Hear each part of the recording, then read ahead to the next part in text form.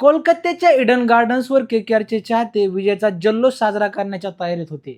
लखनौचे 7 गडी तंबूत परतले होते आणि हार जवळपास निश्चित होती. पण त्याच वेळी लखनौ संघाच्या 21 वर्षाच्या पोरानं बॅट हातात घेतली आणि अख्ख्या IPL सामन्याचा नूरच पालटून टाकला. क्रिकेट विश्वाला नवा फिनिशर मिळालाय का? नाव लक्षात ठेवा, मुकुल चौधरी. 182 धावाचा पाठलाग करताना लखनौची अवस्था बिकट होती. पण मुकुल चौधरी नावाचं वादळ असं काही गंगावलं की केकेआरचे गोलंदाज पाहतच राहिले.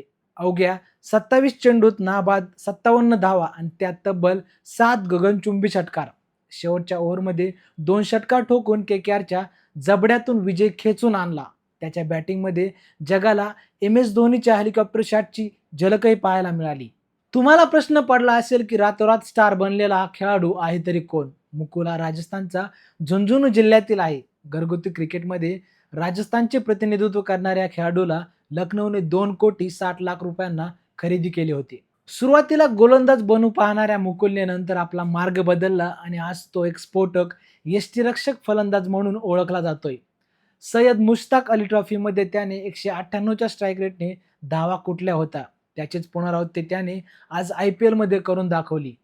केकेआरच्या हातातला हा सामना होता, पण डेथ ओव्हर्समध्ये त्यांच्या गोलंदाजांनी गुडघे टेकले. वैभव अरोरा, कार्तिक त्यागी यांच्यावर मुकुलने असा काही हल्ला चढवला की लखनौने 3 गडी राखून ऐतिहासिक विजय मिळवला. आयुष बदुनीच्या अर्धशतकानंतर मुकुलने फिनिशिंग टच दिला आणि केकेआरच्या डेथ बॉलिंगमध्ये कमतरता उघडी पाडली. मुकुल चौधरीच्या खेळीने सिद्ध केले की भारतीय क्रिकेटमध्ये प्रतिभेची कमतरता नाही.